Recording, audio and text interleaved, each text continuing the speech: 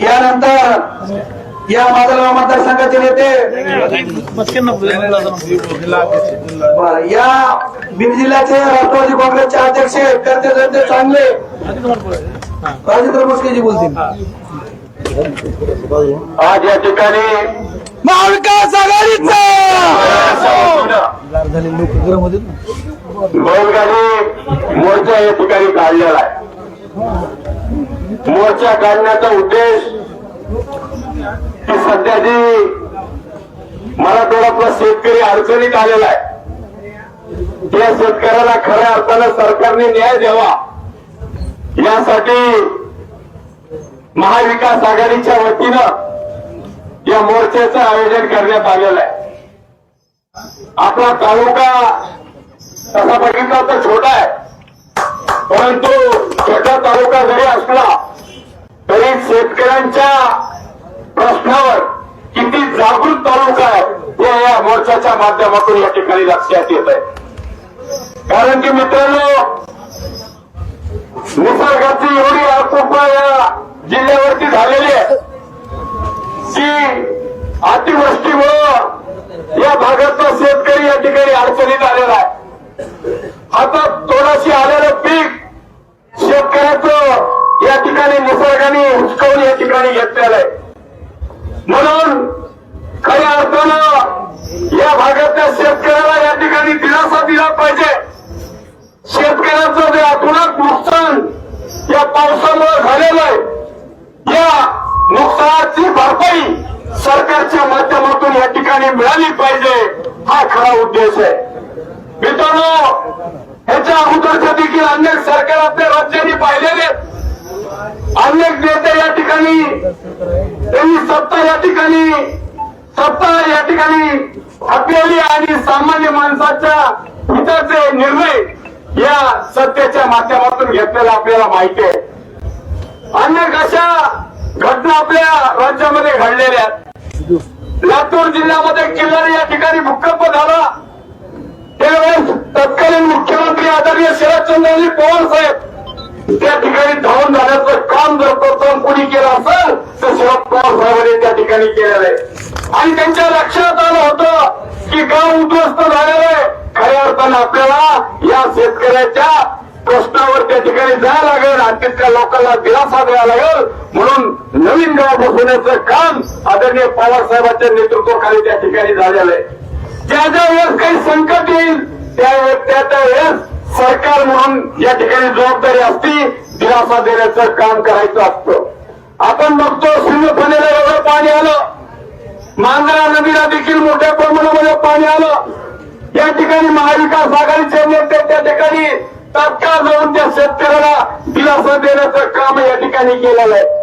या ठिकाणी शिरूर तालुक्यामध्ये शिरपूर गाव नावाचं गाव आहे, त्या गावामध्ये सिंधफणीला पाणी आल्यामुळं संपूर्ण गावाला पाणी या ठिकाणी वेढा पडला आणि त्या ठिकाणी धनगर समाजाचे 7 बांधव या ठिकाणी अडकले।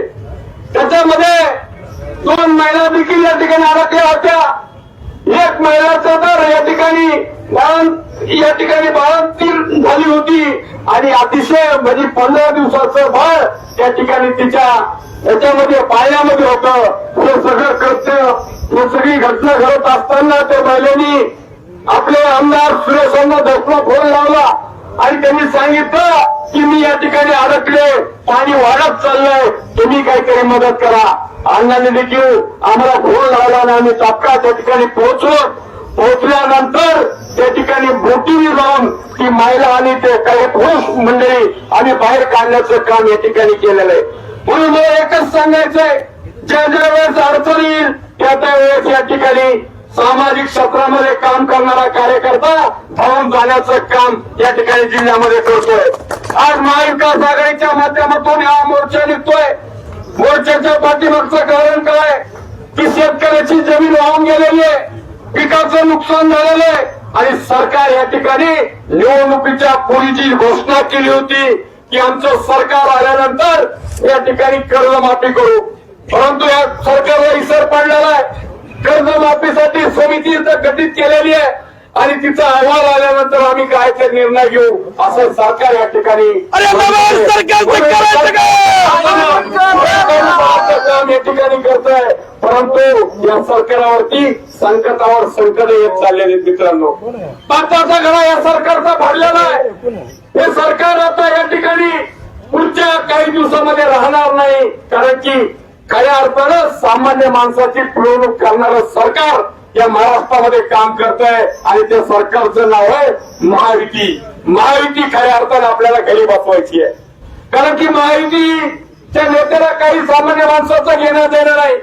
फक्त काहीतरी मदत करायची, दाखवायचं, स्वतःचे फोटो छापून आणायचे आणि आम्ही खूप लोकांसाठी काहीतरी करतोय असं दाखवायचं काम करतोय. आणि आरक्षणाच्या माध्यम पुढे करून जाती जातीमध्ये भांडणं लावायचं काम जर कोण करीत असेल तर हे महायुतीचं सरकार करतंय. पण खऱ्या अर्थानं सामान्य माणसाचं दुःख काय आहे, आपण काय केलं पाहिजे सरकार म्हणून, ही जबाबदारीपासून सरकार लांब पडत आहे. आपल्याला माहित आहे की या सरकारला वाटत नव्हतं लोकसभेच्या निवडणुकीमध्ये वेगळा रिझल्ट लागलेला आहे. विधानसभेमध्ये काहीतरी करून आपण या ठिकाणी आपली सत्ता आली पाहिजे या भूमिकेतून ज्या घोषणा या ठिकाणी केलेल्या आहेत त्या घोषणा या सरकारला महागात पडणार आहेत. या सरकारने अनेक घोषणा या ठिकाणी मोठ्या मोठ्या केलेल्या आहेत. त्या घोषणेमुळं हे सरकार आर्थिकदृष्ट्या कमकुवत झालेलं आहे. म्हणून ज्या घोषणा केल्या त्या घोषणा पेलण्याची ताकद या सरकारमध्ये या ठिकाणी दिसून येत नाही.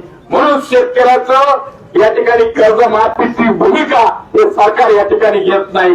म्हणून मला एकच सांगायचं आहे की या भागातला शेतकरी अडचणीत आहे. या ठिकाणी सरसकट 50,000ची मदत सरकारने या ठिकाणी द्यावी. कालच मुख्यमंत्र्याचं स्टेटमेंट मी बघितलं. त्यांनी सांगितलं ओला तो दुष्काळ या ठिकाणी जाहीर करता येणार नाही. त्याचे निकष फार खूप आहेत, परंतु ओला दुष्काळ जाहीर करण्याच्या ऐवजी जे काय उपाययोजना आहेत ते आम्ही जाहीर करतो. म्हणजे कुठेही हे सरकार ठोस निर्णय या ठिकाणी घेत नाही. पळकुटेपणाची भूमिका हे सरकार या ठिकाणी घेत आहे. म्हणून आपल्याला रस्त्यावरती या ठिकाणी उतरावं लागणार आहे. नुसतं एक आंदोलन करून आपले प्रश्न सुटणार नाहीत मित्रांनो. आपल्याला व्यापक असं आंदोलन करावं लागेल. ज्या ज्या वेळेस आंदोलन होईल त्याच वेळेस शेतकऱ्याच्या पदरामध्ये काहीतरी पडेल अशी अपेक्षा आपल्याला प्रत्येकाला असली पाहिजे. ज्या शेतकऱ्यांच्या शेती वाहून गेलेल्या त्याला देखील या ठिकाणी भरीव अशी मदत झाली पाहिजे. शेतकऱ्याचं कर्जमाफी झाली पाहिजे.